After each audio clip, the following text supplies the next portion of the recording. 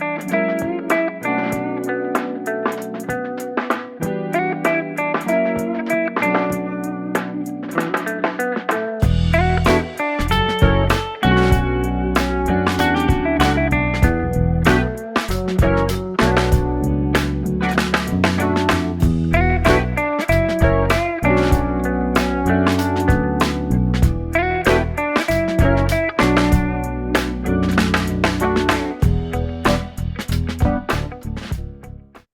everyone, and thank you for joining today's educational webinar with Cancer Support Community Los Angeles and the Adolescent and Young Adult Program at USC. I'm Kathy Riley, the Associate Director of Programs at CSELA, and I'm joined by my colleague, Aura Kuperberg from the AYA program at USC.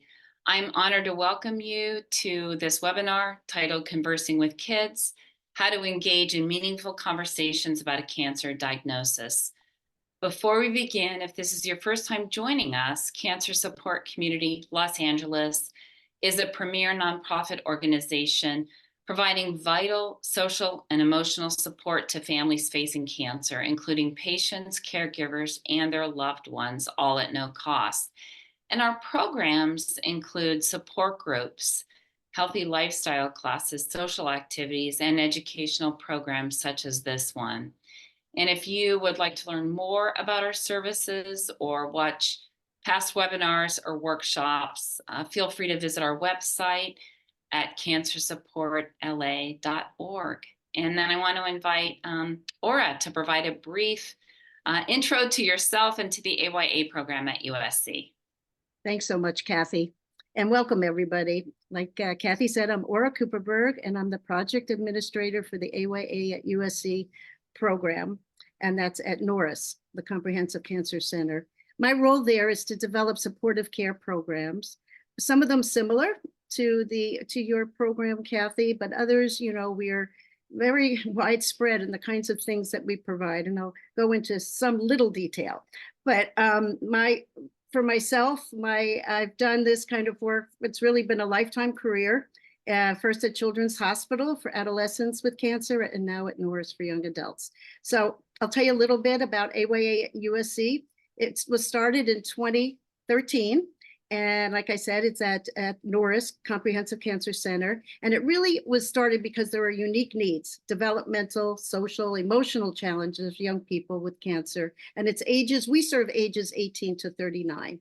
Our interdisciplinary team provides the vital age-related clinical services, such as counseling, support groups, insurance information, financial concerns, and fertility preservation for all AYAs at Norris. In addition to our clinical services, we offer supportive care programs that welcome young adults and their caregivers from any treatment center. So that makes it very different from the part that's at Norris. So our goal is to provide opportunities to educate through workshops like this one, find avenues to express oneself through art, journaling, and others, encourage health promotion topics such as oral health, which is coming up soon, pain management, and many others, and to counteract isolation through connections and our social activities, where we especially, the bigger goal is to really develop a strong support community for young patients and their families.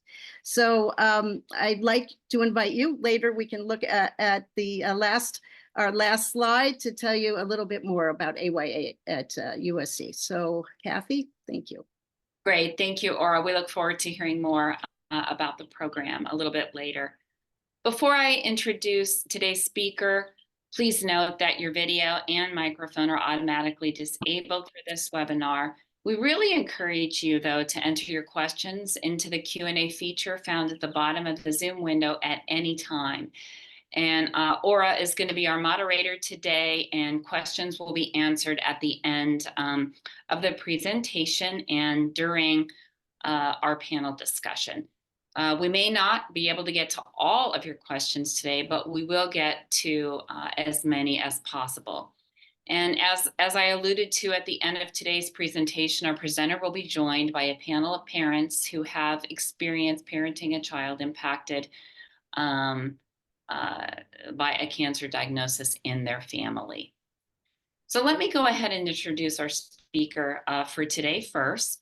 Carissa Hodgson is the Director of Programs and Community Outreach at Bright Spot Network, which provides a program of support to parents with cancer who have young children. She has 15 years of clinical and program experience working with families facing cancer. She has been co-chair of the Youth, Families, and Cancer Special Interest Group at the Association of Oncology Social Work since 2015. And Carissa, it gives us great pleasure to welcome you. Thank you, Kathy. I'm excited to be here. I always appreciate the invite. So let's get started here. So again, I appreciate the wonderful introduction, and I know that my bio was circling, so I don't really need to say much more about myself except for that I come into this work having been a child with a parent who has cancer. So my dad had lung cancer when I was 7, and my stepfather had liver cancer when I was in my 20s. So understanding how cancer affects kids, and most importantly, the whole family system, is something that I'm very passionate about. And I really care about supporting the whole family, because what we know is when there is a cancer diagnosis, it doesn't just happen to that one person, it happens to everyone in their life. So what we do at Bright Spot Network is really kind of circle around the parent who has been diagnosed, as well as the partner, and help give them what they need to support their kiddos. So empowering parents to have those difficult conversations, to find community and network with one another, to just talk about how hard this is and learn how to cope with it and help their children through it. So like I said, we know that cancer affects the whole family. And it's actually 20 years old now, this research study that I still find very meaningful showed that when they compared children who had cancer to children who had a parent with cancer, that the level of distress for the kids who had a parent with cancer was actually higher than kids who had cancer themselves, which I think is really startling. You would think being a kid with cancer would have to be the most difficult experience. But what the researchers found, and what I would say I would agree with, is that when you're the patient, even if you're a kid with cancer, there's no hiding it. Like, you're the one getting poked and prodded, you're showing up at all the appointments. And what happens for kids who have a parent or loved one with a cancer diagnosis is they're often shielded from what's going on. And it's very well intentioned, where parents, grandparents, family members will say, we just want them to be a kid. They don't need to know what's going on. They'll be fine. But the truth is, kids are really smart. They're perceptive. They will pick up on hushed tones. They will overhear conversations. They'll know when parents are on a phone call. They get it. And the thing about kids is they have these incredible imaginations, right? Which makes them such cool creatures. But the sort of like ugly underbelly of it is they have incredible imaginations. So what they will make up is usually far worse than the truth. So if you are an adult out in the world and you have a kid in your family, and you're not talking to them and you're not being honest about a cancer diagnosis, I would really urge you to reconsider that, because in my experience of the 15 years working with families is that kids who are not told the truth are far more worried. They show greater anxiety and clinical distress than the kids who are told the truth. That is the number one thing. Every time I'd have a parent come to me, I'd have parents come straight to me from a doctor's office and say, I was just diagnosed with cancer. What do I tell my kids? When a parent is diagnosed, usually their kids are number one. That's what they care about. And what they want to do almost all the time is protect their kids. And I get it. I'm a parent myself. I have a 9-year-old son, and I understand that need to insulate them and protect them. And what I want all parents to know about their kids, or any family member to know, is that your kid will be okay. They really will. And I'll kind of walk through what they need. But these 2 quotes I think are paramount. And the first is actually from a doctor who had breast cancer herself. And she says, the greatest gift you can give your children is not protection from change, loss, pain, or stress, but the confidence and tools to cope and grow with all that life has to offer them. So we're really talking about resilience here. And that goes into my next quote, which is, children are resilient. The life force burns brightly in them. With our help, they can bounce back even from shocks that might devastate an adult. So what I have found is that when kids have a loved one with cancer and they're given these 3 things, they actually do not only okay, but they can even thrive through a parent or loved one's cancer. So as long as kids of all ages, and we're talking about teens as well, are given safe, reliable, and empathetic caregivers, are given predictable routines and preparation for changes, and are told the truth in a developmentally appropriate way, they will be okay. They have their own resilient characteristics to get through this. And I've even done some research and study myself and found that, like I said, not only do kids get through it, there can be some silver linings in growth. There's been so much study and research about post-traumatic growth with adults who have cancer. But the truth is the same thing can happen to our kids. And if we give them the support that they need throughout the cancer experience, you know, they learn things about how to be a caring, empathetic person. They understand elements of caregiving. They might start to understand some great stress reduction techniques and coping skills. They understand how to deal with disappointment, how to become flexible and accommodating. They might understand, older kids in particular, like priorities in life, what's important, spending time as a family, getting back to the simple things. There are so many actual like little gifts throughout the way that, of course, you would never say, I'm so glad cancer happened to us. No parent or family is ever going to say that. But there are some growth opportunities here. I always like to tell audiences that, you know, you're going to hear from many different people, and they might even be experts in something like this and dealing with cancer. And people will have great information, and families need to filter it through their own family, their own traditions, their own culture, and figure out what works for them.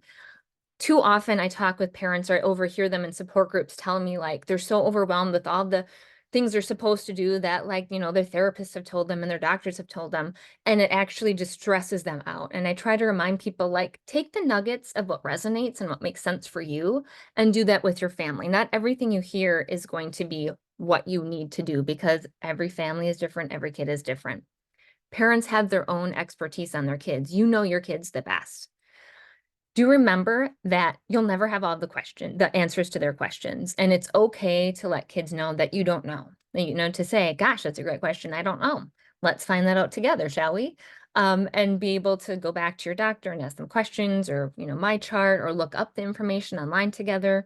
That's also part of the experience, is being curious and finding out information together. And as really much as possible, honesty is the best policy. And that can be hard. And that doesn't mean kids need to hear everything. And I think that's that weird gray area, especially young kiddos. You're certainly not going to sit, you know, a 3-year-old down and give them all the minutia about your cancer diagnosis and treatment. That wouldn't fit for them in their developmental stage. But for the age and for their development and where they're at, keeping it simple and keeping it honest is important. So going back to sort of that number one thing about what kids need, this is for babies, infants, toddlers, preschoolers, truly up through teenagers. They really need to feel secure. And we think about that really when we're talking about infants. But in my experience, I mean, sometimes a 12-year-old is like a 2-year-old in that way. They need to feel like they have some grounding, like that there will be at least one adult in their life that will be consistent and will be there to talk to them and take care of their needs. Because the thing about kids is they're very egocentric. And that's really where they should be at. They're worried about, like, who's going to take me to school? Who's going to make me my lunch? Like, these are the important questions for kids. So being able to talk to them and say, yep, you know, like I'm going to be in the hospital for a week, but we have arranged, you know, grandma's going to be here and neighbor's going to pick you up from school. Being able to let kids know that someone, an adult that they, you know, that they can trust will be there for them, that is essential. For young kids in particular, it's really important to try and keep that caregiving team as consistent as possible and small. Again, especially when you're talking about like 0 to 5-year-olds, there's a lot of stranger danger. It's scary to have new people in and out of the house, and sometimes you can't control that. But if you do have some semblance of control, having sort of like that inner circle of support team that are the intimate caregivers, and then that outer circle of people who are more like doing your grocery shopping and running errands, taking your dog for a walk, whatever. Keep that inner circle pretty consistent to minimize disruption. The other bullet that I talk about that I know isn't like a very fun thing to think about is this idea of long-term planning. And I put this in here because of my own even personal experience. Like after my dad died, I was 8 and I was having lots of panic attacks and was really worried. It was just me and my mom, and I would really have anxiety about what's going to happen if you die. Where am I going to go? Who's going to take care of me? And once my mom was able to sit down with me and include me, because I was old enough to say, like, well, who would you like to go live with? You have several aunts. Let's talk about the pros and cons and moving and schools. Once we were able to have those conversations and she could like sort of like put it in writing and make it real, that plan brought so much comfort to my life. And as I talk with parents now, I find for the most part that's the same. Like, not only does it bring comfort to a lot of the children who need to know and need to have a plan, but it brings a lot of comfort to parents, especially single parents, to know like what is the plan going to be if something were to happen or if I needed to be gone for a long time. Sometimes kids really need the questions, the answers to those questions.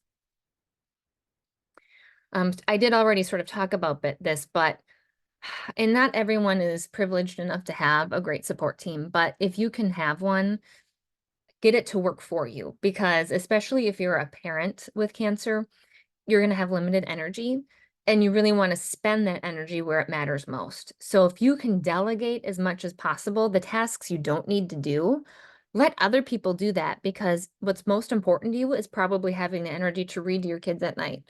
Show up and be with them. Like, if you don't have to do the grocery shopping and you don't need to run to the library or whatever it is, please try to find other people to do that for you.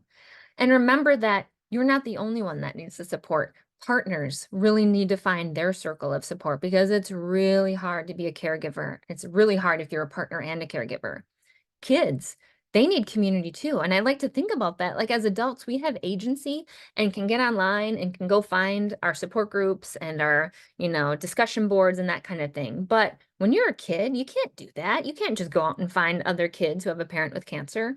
So as adults, being able to help connect kids who understand what it's like to have a loved one in their life with cancer is really important. And if that's more formal, about finding like a virtual support group, or if you can find an in-person support group with a kid support program, or maybe it's just an informal, like you go to your school and say, are there other families going through this that maybe we could get together at a park or something?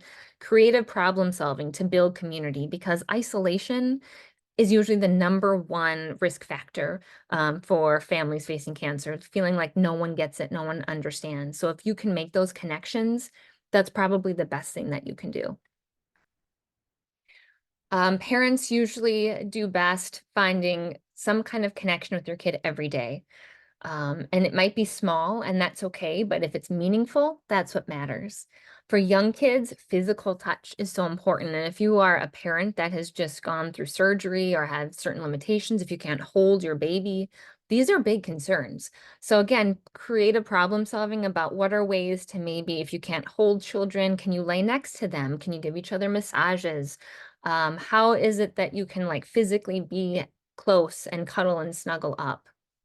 Maintaining expectations and rules is also pretty important, because I know a lot of families say, we're dealing with cancer, that's too much, like everything else has gone out the window. I just heard that yesterday in a support group, a mom saying like, someone told me now I should just be a yes parent and tell my kids yes to everything. And my first response, even though I didn't show up, was like, oh my God, and this parent is exhausted, understandably. In my experience, it's really important to hold on to those expectations. And even kids have told me, older kids, like, gosh, now that dad has cancer, and I've noticed that like my parents don't care that I keep my bed made and I'm not turning in my homework, like they don't care. And that's terrifying. That must mean things are really bad if like they just don't care anymore. So imagine how your kids are feeling, not to mention that it really helps to ground kids, young kids, even older kids, to sort of know what's expected of them. That's not to say that, of course, things aren't going to get dropped. You're going to have to prioritize what's important, drop the small things because you have limited energy, but keep the important expectations there for everyone's sake. Remember that the best way for kids to process is through play, whether that's directed play, time alone, if you're joining with them, play, play, play, play. That is how kids kind of process new information, figure things out, work out what's going on around them, giving them space to create, do art, movement, mindfulness, books for young kids in particular. Research shows that one of the best ways for kids to process new information is to read about in books and see pictures and be able to make connections between, oh, look at that mom who's bald and you're bald. Oh, that's something that's going to happen to me. I can prepare for it. I can understand. I can go pick up the book and look through the pictures on my own. That's why we have a free book program, because we know how important books are to kids, to learn about cancer, to learn about treatment, big feelings, big changes in life. Please go out to your library and find some good books. On our website, we have a great list of books if you're looking for recommendations. So that second bullet that I talked about was predictable routines and preparation for change.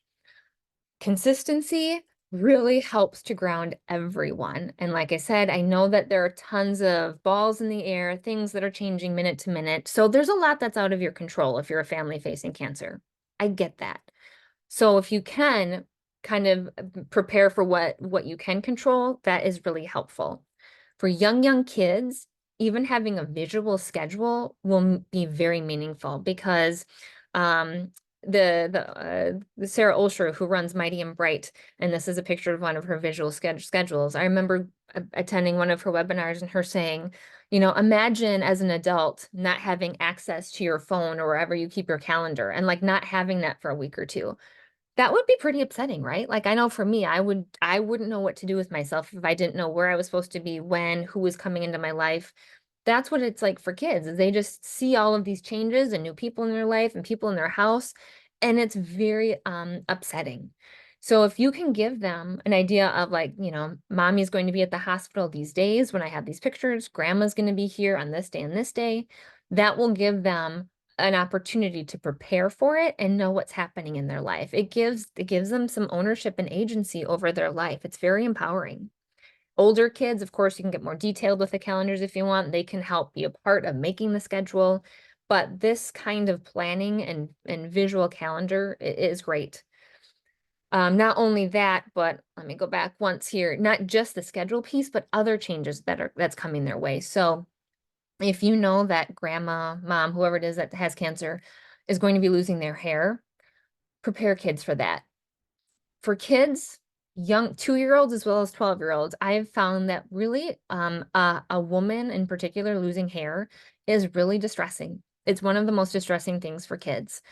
So if you can give them a heads up, read books, talk about it ahead of time, that really helps that distress to come down. But other things, like if you know you're going to be getting you know, bone marrow transplant, or if you're going to be getting some kind, you know, you're going to be out of the house for a long period of time, preparing for that, letting them know ahead of time so it's not super disruptive. Any kind of amputation, change in your body, letting kids know is really empowering, so they can help prepare for it and ask questions ahead of time. So you're really wanting to prepare to avoid the reactive kind of response, because again, there are going to be times that things happen out of nowhere and you are going to be reactive. So as much as possible, do what you can to prepare them. When we talk about being honest with kids, like I said before, that doesn't mean telling them everything. And it might mean that you want to rehearse ahead of time, find someone you trust that you can kind of practice. I have found that as adults, we tend to just do this. We talk a lot and we fill in blanks. We need to just learn the art of simplicity. So even with like elementary age children, I try to use like really short, simple sentences, and keep the first conversation short and simple. You know, mommy has cancer. She's going to the doctor to get medicine. She may feel kind of sick and tired. What questions do you have? So like you're starting really, really small to kind of gauge their understanding, checking in about what questions, and knowing that this is nowhere near a one and done. Like you're going to have these conversations over and over and over. And it's kind of a two-way street where you're wanting to leave the door open for them to come to you, but also every once in a while you're wanting to go to them and check in. Make sure that you're using words that they're going to overhear so that they can start to put together what those words mean. Because I do want to remind you that, especially if you have kids who are out in the world, if they're at school, especially, they're going to be hearing from other people. And if you live in a small town and you know that people are talking, if you don't control the message, they're going to hear it from someone else. I've heard that way too many times. I remember hearing a story about a mom who hadn't yet told her children. It was a small town, and over the loudspeaker at school, the principal made an announcement like, we're really thinking of you guys and your mom having cancer. That's how the children found out. As you can imagine, that was pretty upsetting. So just keep in mind, like, who is it that knows in the community, who might be talking to your kids, and therefore, how do you want to handle that message at home? Like I said, children's books are great. There are books for all ages, including teenagers. I can't say enough good things about using books with your kids. Try to avoid metaphors. Adults like to use them, but remember, kids can't really think abstractly. So when people get into a lot of verbiage about like doing battle with or fighting cancer, or like it's like a monster in your body, that can be really hard for the young kids that think very concretely. They're like, I don't know what you mean.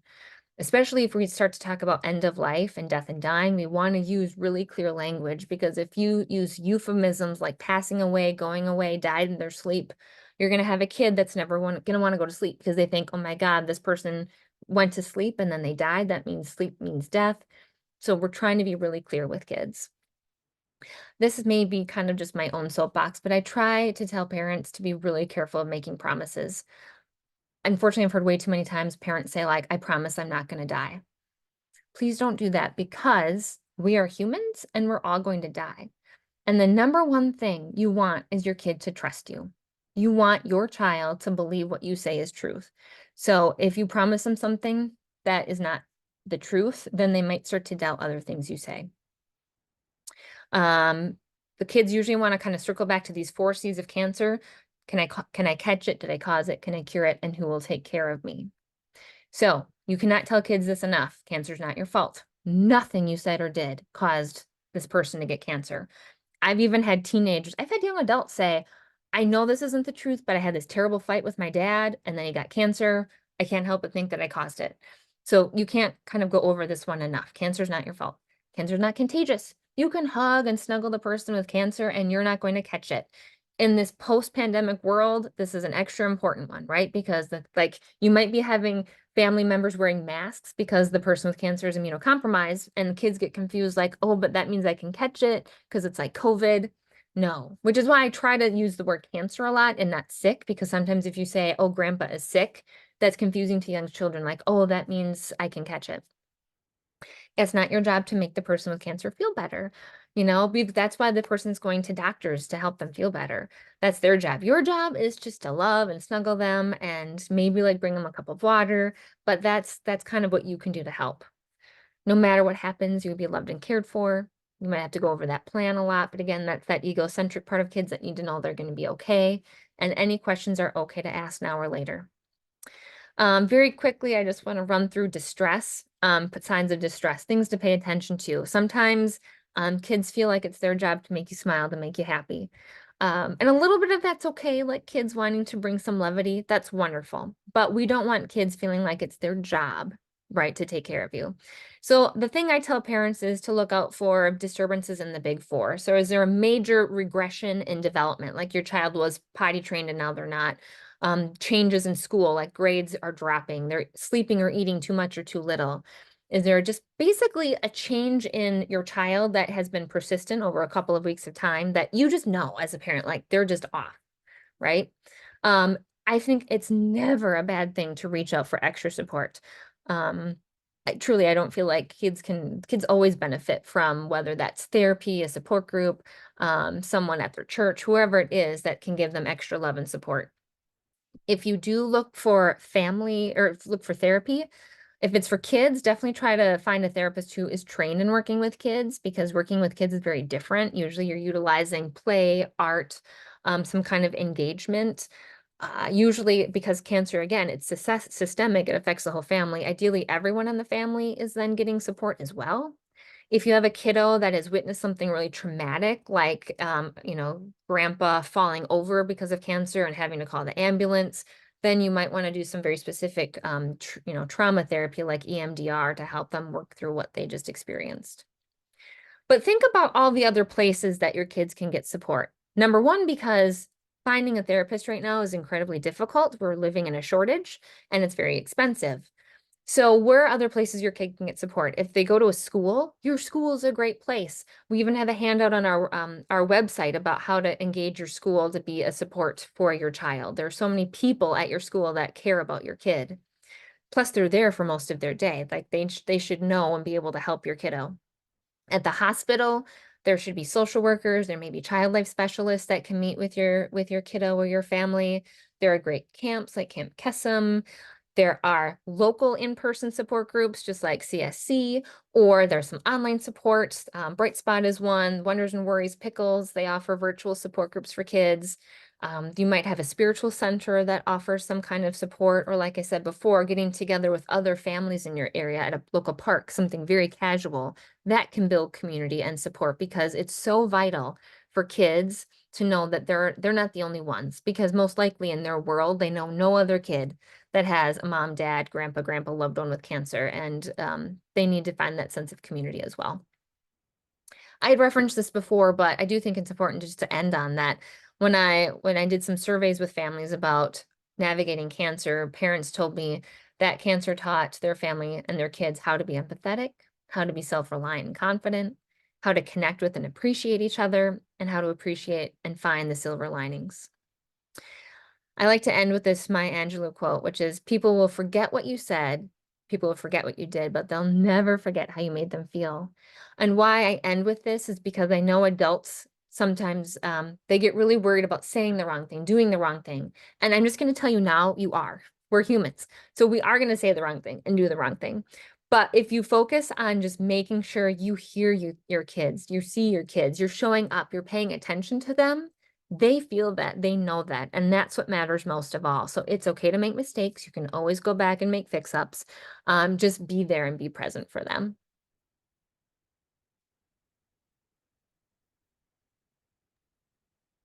Great. Well, thank you. Thank you so much, Carissa. This was just an amazing presentation and so meaningful. I want you, first of all, I think it was mentioned that I'm going to be the moderator from here on, and there will be questions, and I know questions that you'll be able to answer as well.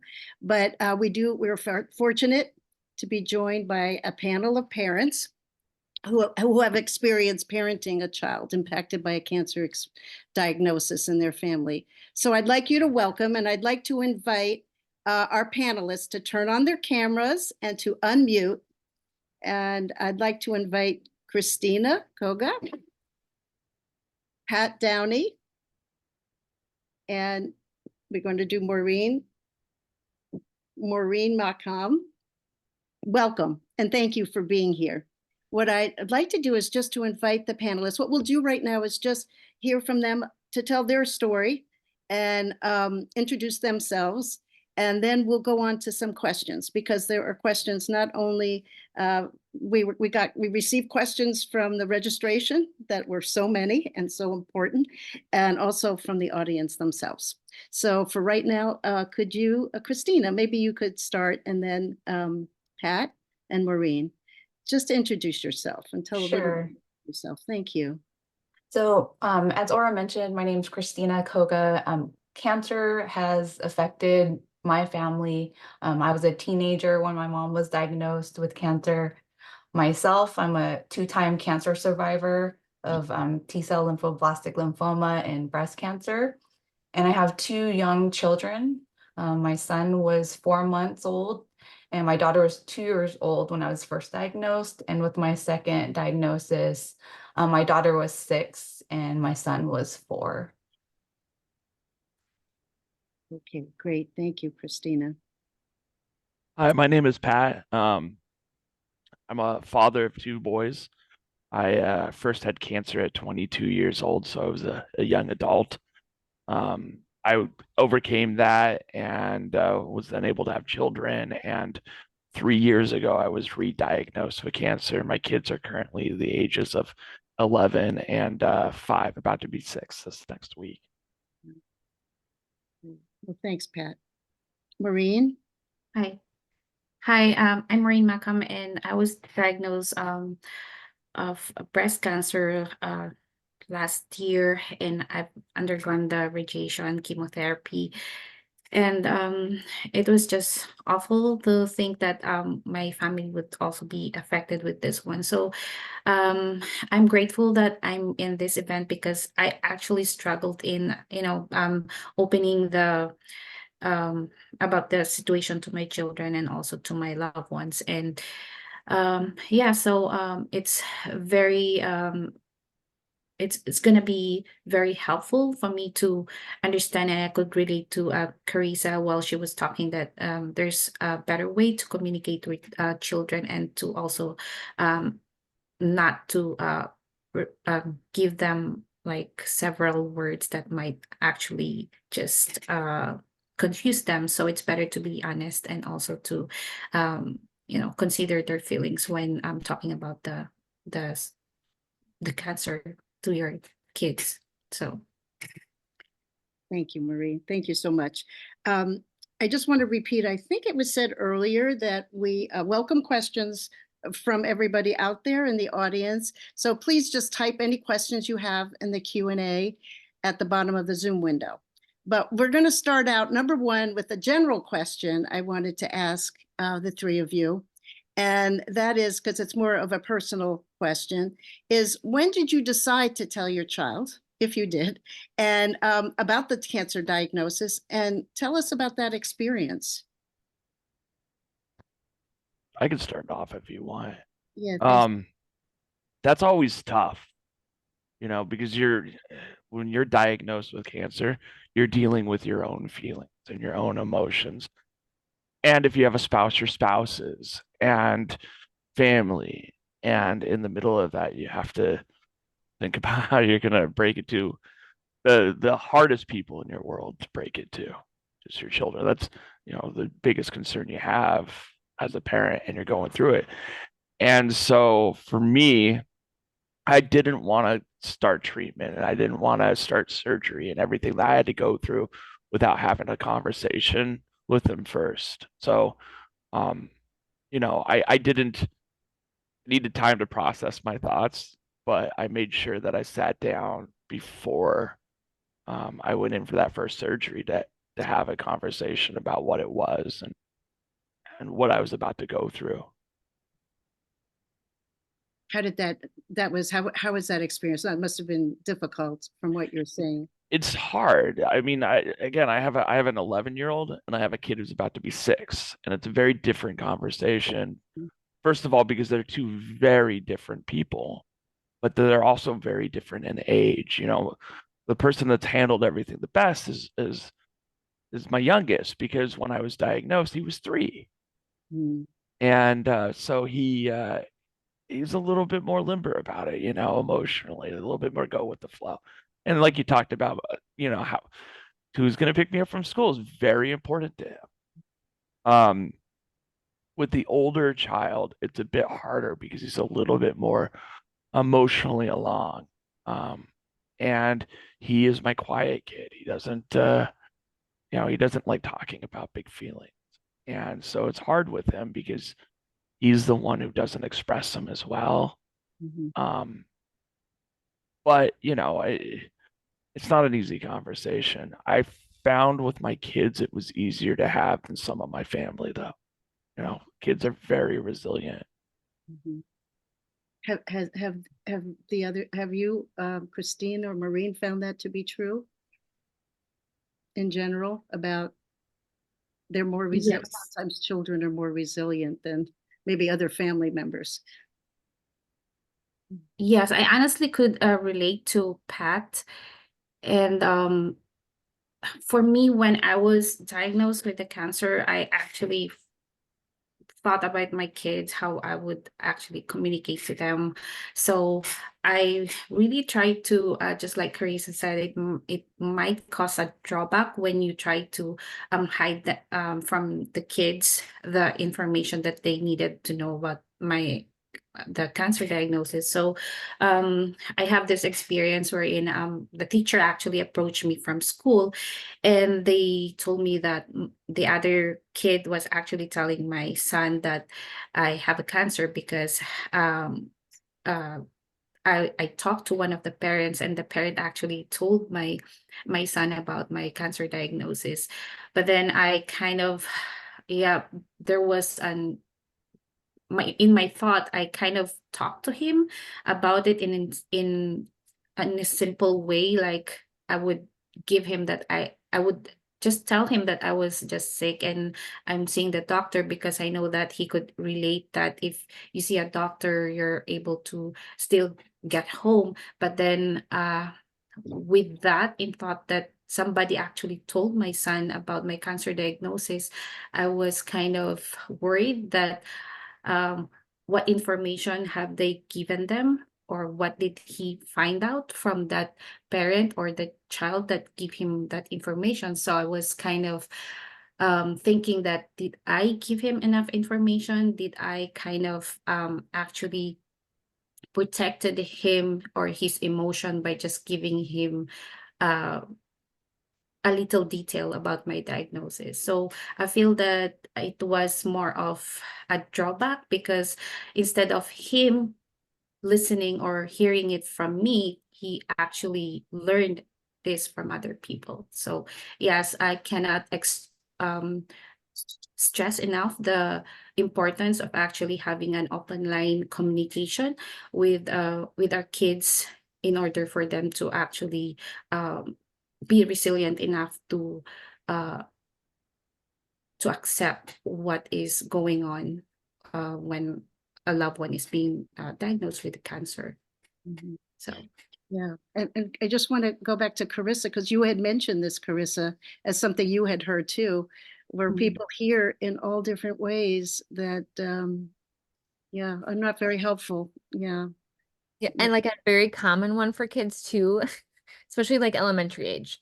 They'll Yeah. say if see, even their parent did tell them about cancer, and they go to school and they say, my dad has cancer, guaranteed a kid will say, my cat had cancer and they died. My grandpa had cancer and they died.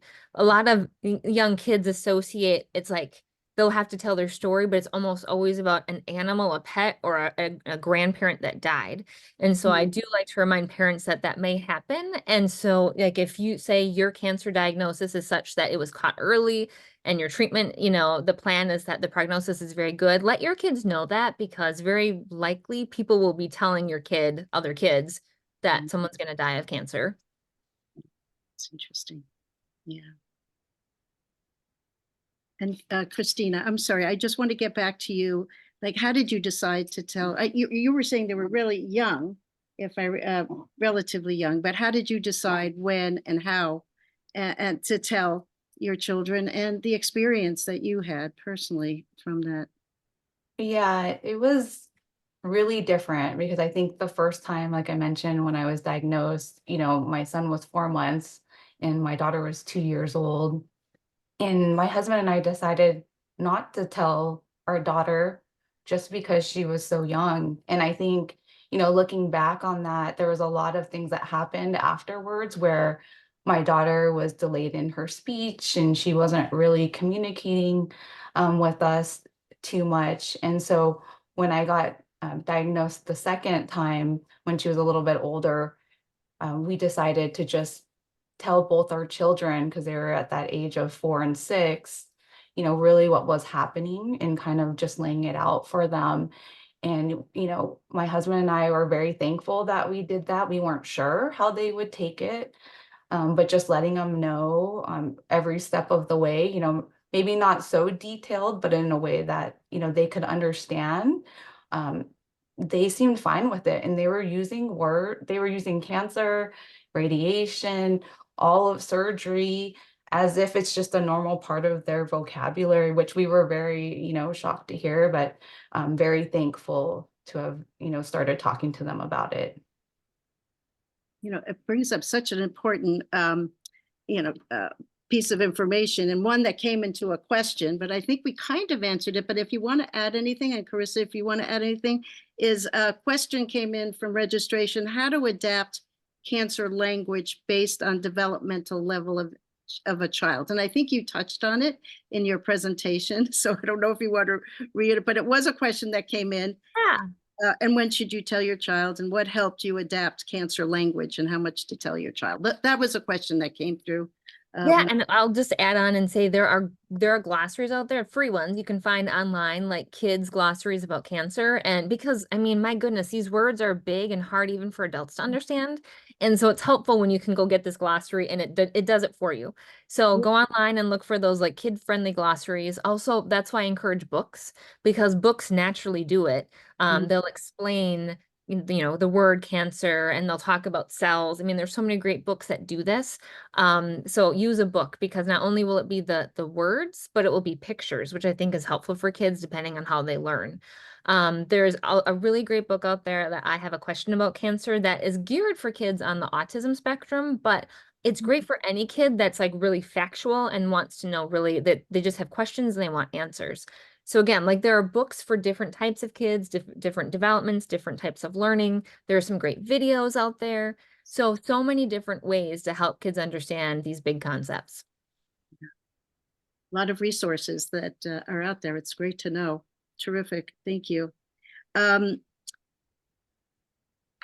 looking at these questions because so many of them have been kind of touched upon, but I wanted to ask this one, and this is interesting. How would parents be able to tell how much information is good or bad?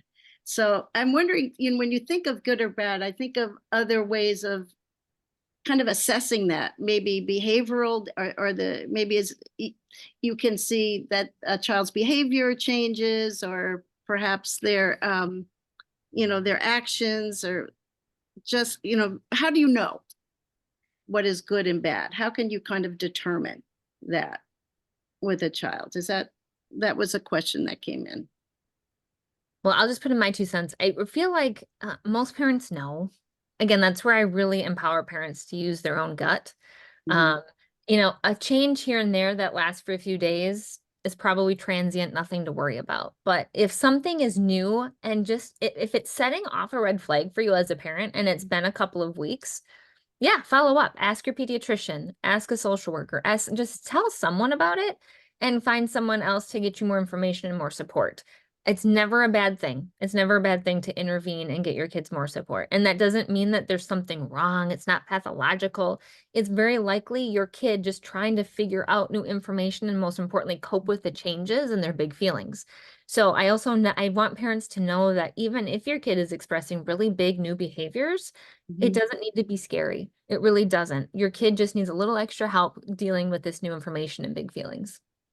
Was that something that any of you had to deal with, for, or not? Because they may be young. A little bit. You know, there's always points where they're going to be processing something and it's going to act out. What I noticed was they have a harder time the less I'm around. And so as a parent, still being able to spend time with my kids has been really, really important. I've been blessed enough that, throughout this process, I'm at home now with the kids and I get a lot of time with them. But I notice for them, it's harder when I'm not denoting time to them as a parent, doing those things like that. You can't do everything, right? I used to go out and play soccer with my kid. I can't do that right now. But I could still sit down on the couch with my littlest one and read 5 books. And so I found that spending time with them helps with that. It also helped me identify when there was moments where it seemed like things were getting to them. And it seemed like those moments were a lot more abundant when I can't be around them as much.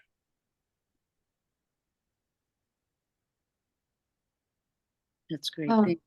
Yeah, go ahead. Yes, I could relate to Pat as well, because yeah, my son was kind of also questioning what's going on. So when I was doing the treatment, he was actually just kind of hugging me. So I know that he actually knows about it, even though I haven't I haven't given him the detailed information, although I was just telling him that I was going to the doctor and trying to kind of just trying to get better. And then I don't want to tell him the word cancer at that time, because I know that he watched a movie that actually involves a little boy and a mother that died because of cancer. So I don't want him to associate with that. So I know that I shouldn't be telling him at that moment about the word cancer, but I would just be in a more discreet way of telling him. So yeah, I think that it's just more of knowing your child, what what his understanding of if we are going to give this word to them, are they going to interpret it in a different way, or they're going to take it as is, something like that. So That's interesting, Maureen, because there was a question that says, how do I help my child understand cancer? So that is kind of an interesting, because they can see it on TV, or, it can be misunderstood or taken in a very severe way, unless something that there's something you do personally. What do you think, Carissa? Was there something that can be done to I don't know. There's a lot out there Right. that can influence, that can really teach kids kind of different messages. Mhm. Yeah. And I think that's just like, as parents, whether it's cancer related or not, we have to figure that out, right? Yeah. Because we can't control the content when they're not with us. And Mhm. that's hard. I think every parent has to go through their own growth about that, because it can be really upsetting to go, oh my gosh, I can't control what they're consuming outside of here. Right. So that's when it's important. That's why that trust is so important you build with your children, and having that open communication just about life. So like, what did you talk about at school today? And what did you learn? And being open to when they bring back information that was very wrong, being able to be open and like, well, let's talk more about that. And where did you get that information? Do you trust it? Like, of course, with older children, you can have more in-depth conversations, but you're trying to teach them, like, basically how to find reliable information and sources, right? Like, how do you figure out what are reliable sources? I like to do that with older kids. I tell parents, like, if you have kids that have unrestricted time online, especially teenagers, they might be Googling your condition, your treatment. So maybe have a session with them about what to look for, like what are reputable sources, what's just like snake medicine out there, like what is it that's real. But it is true that I think, especially with the young kids, I can't tell you how many times I've had parents and support groups go, I feel like ever since I was diagnosed with cancer, every movie we watch has a parent who dies. It's like you start seeing it, and it's really upsetting. Now, the growth in that is, so that movie was going to exist regardless. You're just really paying attention to it now because you have this disease that is life-threatening, or it could be. But it can be these beautiful conversations with kids if you feel open to it, if you feel prepared to say, oh gosh, like, what do you think about this? And like, what do you think about that kid being so sad, and talking about the grief? And that doesn't mean that you're going to die. And in fact, your kid might just outright say, and most kids do, are you going to die? And so I tell every parent, be prepared for that question. Even if you've got a stage 1, easily treatable, like, know how to respond to that. Definitely know how to respond to it if you have a stage 4, not great prognosis, because those are conversations that you're going to be having, and it's probably going to be very tender and very vulnerable. But your kids want to know. And if they're not asking, if they're older in particular, they're probably thinking it, even if they're not asking you. So being able to maybe have some books talking about end of life and the life cycle, and those kinds of topics are hard. I'm not pretending that it's easy, but it's very valuable conversations to have. Because that really answers one of the questions we got on our registration about, what should, how do you respond if a child asks you if you're going to die? So I'm sure that kind of is very Right. common.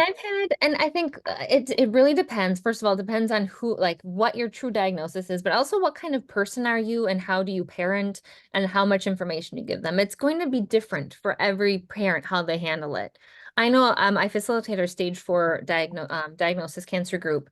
And a lot of parents, especially of young children, make the decision that they're not going to tell their kids anything about end of life until they're really there. And for me, that makes a lot of sense to me, because especially if you have high anxiety kids, um, it may not be any good to tell them anything if you're still living right now. And yeah, you may have 6 months, you don't know, depends on treatment or when you end. But if you tell them now that you think you're dying, you may just be causing them worries. So for a lot of kids, it doesn't kick in until they visually see that your body is changing. And that's usually the time to start having those conversations. So when you no longer can get out of bed, the activities that you typically do, if you're physically becoming more gaunt, or can no longer do the same things, then that your kids are going to go, whoa, there's a change. What's up? That's usually the indicator to start having conversations about, my body is shutting down. I'm changing. I still don't know. It's that ambiguity that we can't handle as adults. So my goodness, as a kid, to be like, I don't know. I know that my body's shutting down, but I don't know how much longer I have. Those are hard conversations, but what you can focus on is the here and now. So I don't know how much longer I have to live, but right now I'm having so much fun watching this movie with you. You know, I don't know about next week, but right now I'm loving reading this book with you and playing this game and trying to really focus on what you have right now and what's in front of you. And for our panelists, has anybody experienced that with your child? Has anyone said, you know, are you going to die, or I don't want you to die? Is that something you've personally experienced? Yeah, I mean, my youngest hasn't gone there, you know, he's so little, but my oldest being 11, yeah, he's asked that question. And you know, I didn't want my response to be like, no, I'm not gonna die, because I'm going to at some point in my life, you know, life, that's the one thing we're assured of, is eventually, Mhm. you know, so I answered, you know, as best I can and said, you know, I don't know if cancer is gonna kill me yet. You know, I don't. Um, and I don't know when and that looks like. You know, we've been fighting for 3 years, so um, you know, but you know, I know it's not tomorrow. And so I'm just honest with him and said, you know, I cancer might kill me, but it's not going to happen tomorrow. And until then, you know, you just teach him to kind of take things the same way you do, which is with hope and, you know, just enjoy the day. Yeah, I'm similar to Pat too as well. Both my children have asked me that question at separate times and both together. And it was a hard question, but I did mention, you know, I'm here right now, and kind of like what Carissa mentioned, I'm gonna make every single day and, you know, special with you, and I love you, and, you know, let's do everything we can together. You know, one day I may, you know, pass away. So they seemed okay with it. They also, you know, believe in God too as well. And, you know, they say you'll be with Jesus if you do go, Mom. And so I know whether we have you here or up in heaven. So, you know, that's kind of the conversations we've had at a young age. Yes, I'd like to share also how I actually deal with my 7-year-old who actually asked me those questions like, are you gonna be die? And indirectly like telling, you know, I'll be my son is very expressive in his emotions, so and also very sweet, and he would tell me that I'm just here, mommy, and I'll be beside you while you're trying to rest. But then um I think that I remember that I know that he has knowledge of what cancer is at that time because he had been seeing these videos, and for some reasons I got these books also that I tried to let him read. If Aura could remember, I actually attended that event in the zoo, so I got those books and I tried to let him read about it. So I know that I just need to kind of augment whatever his knowledge about cancer is. And I focused on actually trying to be uh, a model for him on how to cope up with this situation, um, on how to react with the diagnosis. Like I wouldn't be telling, oh, I'm gonna die, I'm gonna be something like that. I'm not trying to be so emotional about it, but I try to let him know that we need to focus on the positive side of having this cancer, and we'll try to kind of, as Carissa said, try to uh teach them how to value life, value the family, you know, being together. And so I think that aspects just kind of bring us together and get through this diagnosis. Thank you. It's a hard topic to talk about, so I appreciate you sharing. I could switch a little bit on, there was a question about this is more of a family, even outside your family that maybe lives at home or not, is how do you tell, there was something here that said, wait, let me just look at it. How do you how do you talk to my grandchildren? Oh, so this is about cancer. Oh, I was thinking a grandparent. So maybe the better question would be, or Lissy, something that you could answer is, how do you talk to other family members? Because I know that can be, and that could be outside, say your parents, or to, your other relatives. Is there, I guess maybe just describe the experience you've had. Is there any specifically a struggle you've had doing that? Or has it been relatively easy? Or you've had to learn how to do that? Because people generally, I always hear that sometimes people have a lot of, a lot of suggestions and things like that, may not be as welcoming as you feel they are, or as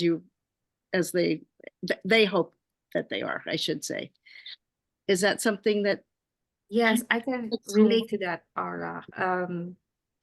Yes, there are a lot of, yeah, so my family are actually with me at that time. I have my dad, but my husband was actually in Germany. He's far away. And then most of the time it's my in-laws who are actually taking care of me, going to with me and to the clinics. And so of course it it is a we can't avoid that people would say that, oh, I have a friend that has a diagnosis of cancer, and they would tell that this and this, that, and then I don't think that they understand that not all cancer is the same. So it's just kind of, sometimes you're not on that stage, but the way they see it, it's you have the same diagnosis with the other cancer patients. So it's just kind of, how to deal with those with other people that actually suggest other things to you, or even kind of they thought that they know what your diagnosis was, and it's just kind of, you're still on the process of accepting it, and other people would be one step forward of telling you what to do, and that what your destiny would be. So Interesting. How do you handle that, Maureen? just kind of because so I just kind of because I know that it wasn't, so I just kind of try to be calm and try to avoid thinking what they've said. Although I'm kind of not comfortable for them talking about it, but I think that sometimes it would be really helpful if they actually know how to deal with patients. But then of course we can't control that, so it's only myself that I could control, in my emotions. So yeah, so I learned to kind of manage, not to react, or just kind of, okay, I think that I would just kind of, sometimes I would just tell them that, oh, I need to do something, so just kind of avoid it. So Interesting. Does anybody else have experience with, working or having to deal with other relationships or other kind of forms of unhelpful suggestions or communication? I mean, you're dealing with all kinds of stuff with relationships. I have a father who, like Carissa, lost his father when he was relatively young. My dad was like 19, 20. He had 6 siblings. He was the oldest. The youngest one was 9. And in dealing with that, and then now having a son with cancer, it brings up a lot of like hard feelings there, and difficult things. I find in a lot of those relationships where people are in my life, it's a hard thing, especially when, we're specifically dealing with young parents and AYA. We're young. I'm 40 years old. For parents and uncles and aunts, they're not ready to lose someone in my age bracket. And so for me, the most helpful thing is they've really been there for us and been part of this journey. And they help me with the kids, and they pick them up, and they spend time with them. And in my dad's case, he goes with me to 90% of my treatments. Wow, that's great. So really being involved, yeah, and helpful. People don't feel so out of control, right? Yeah, that's great. Let me see. Now, I don't see any questions. I want to invite people, if anyone wants to write questions in the chat, you can just write them and I'll be able to share it with everyone. But I think, what do you think, Carissa? Have we pretty much covered? I'm just wondering what else, what are some key things do you think? Because I'm just looking at the questions and they're similar. They're all very similar about, when to share, how to talk. So is there anything we're kind of missing, do you think, or anything I can maybe ask the panel? Yeah, What, I mean, I do feel like we have certainly covered a lot. I yeah. think that it seems like a lot of people, what people struggle with is when you start to get to end of life and death and those conversations, and we've covered it here. And I really appreciate all the parents sharing how they've navigated that. Mhm. Because it does seem to be, I think, probably the number one most difficult conversation to have with kids. No Mhm. matter what your diagnosis is, when your kids ask you, are you going to die? That just feels like a punch in the gut. It really is hard. And most parents are sort of taken off guard. And even, I mean, think about that. Even if you didn't have cancer and your kid asks you, are you going to die? Those are hard conversations because we can't guarantee our kids anything. We could get hit by a bus tomorrow. We don't know. And so I think as a parent, if you can resist the urge to quickly respond with like, I'm fine, I'm okay, I'm going to be here forever. And to sit with that uncomfortable feeling of, you're right, there's going to be a day that I won't be here.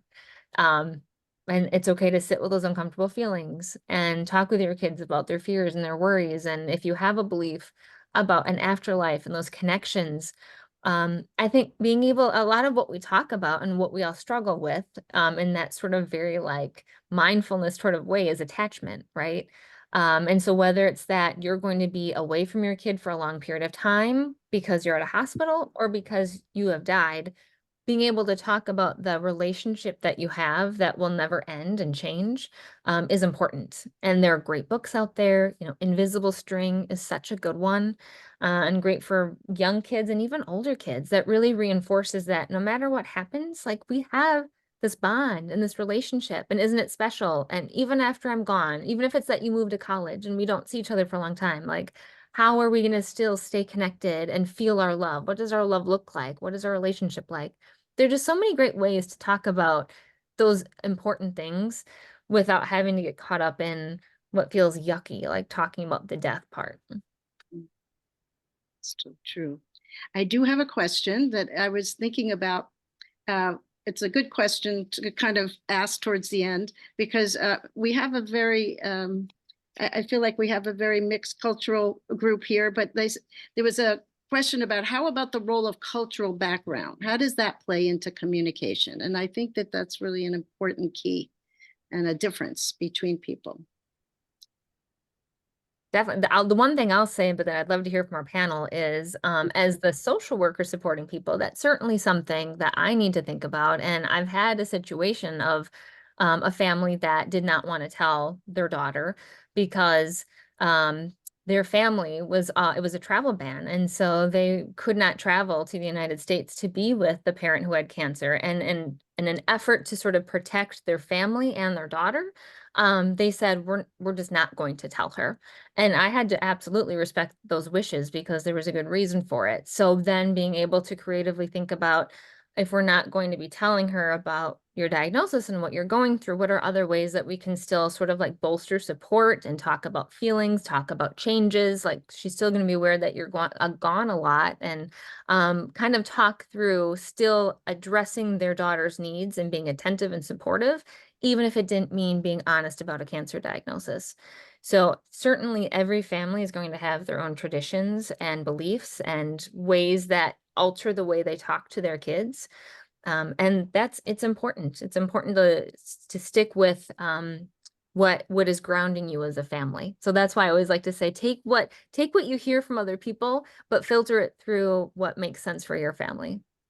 And how about for our panelists? Is there anything you want to add? to the cultural aspect. Mhm. Oh, okay. So, yeah, I'd like to share, so my husband and I actually have different opinion on are we going to share it with with our kids. So for me, I, as much as possible, I'd like to protect them in that way. I'm not actually trying to tell them everything. And then my husband is more of like, just go on and tell them. So I think that it's because he's also have he's been in the military, and he's kind of more of that strong person. So so I think that it's important that my husband and I actually talk about it, and we're on the same page on what we are actually going to tell our children and how much information we're going to tell them. It's yeah, it's important for that case. And I think yes, well, thank you, Maureen. I think we're coming to the end, right, Kathy? But thank you. And I think you bring up a really good point. Just the last point is being on the same page with your, with your loved one or your significant other or your husband, I'm sure is something that comes up. But thank you for bringing that up. That's great. Kathy, I know you're here, so I know you want to say something. This was the sign. Yes.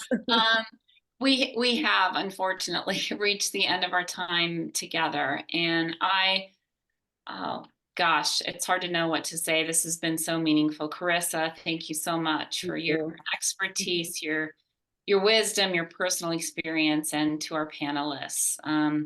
We set off camera before we began. This is such a sacred space of you sharing yourselves and your story and your experiences and how you talk to your children with us. Thank you for trusting us today and sharing your journeys with us. And I want to thank our participants today, those of you who attended the webinar, for your participation and for joining us.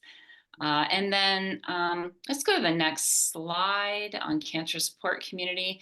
If you want to learn more about Cancer Support Community Los Angeles, you can visit our website. And then we have a couple of programs that those of you who are attending the webinar might be interested in. We have our young adult support groups. You can email info@Cancer Support LA if you're interested in joining one of those. And then we have a robust child, teen, and family program with a family fun night. And we have support groups for kids, teens, and parents as well. So please visit the website and email us at info@cancersupportla.org if you are interested in any of those programs. And Aura, I think the next slide is yours, and tell us a little more about the AYA. Yes, I could be really quick, but like I said, we have both. If you're not a Norris patient, then we also have a lot of things that we offer for other people in the community. And those include, like I said, the virtual programming that we have. And what I love is one of the signature program that we offer is a 3-day retreat. And that is up at a campsite up in Idlewild. So it's a wonderful time to meet others and over a very intense 3 days and have fun. It's really more like a fun and connection kind of thing. But we have a lot of other in-person activities that promotes, I would say, peer relationship building and community. So please, you can, as you can see, you can contact either myself or Shu Lee, who's our program administrator, and find out more about it. So thank you. I'm very happy. It's 1:15. We did it. We did it. And this is thank everybody. Right. This is the first of a series of 3 collaborations between CSC LA and the AYA program. So look for a couple of other webinars we're going to do together coming up in the future. So. Right. All right. Thank you, everyone. Thank you, Carissa. Thank you. Thank you, Carissa. Thank you. Bye-bye. Thanks, everyone.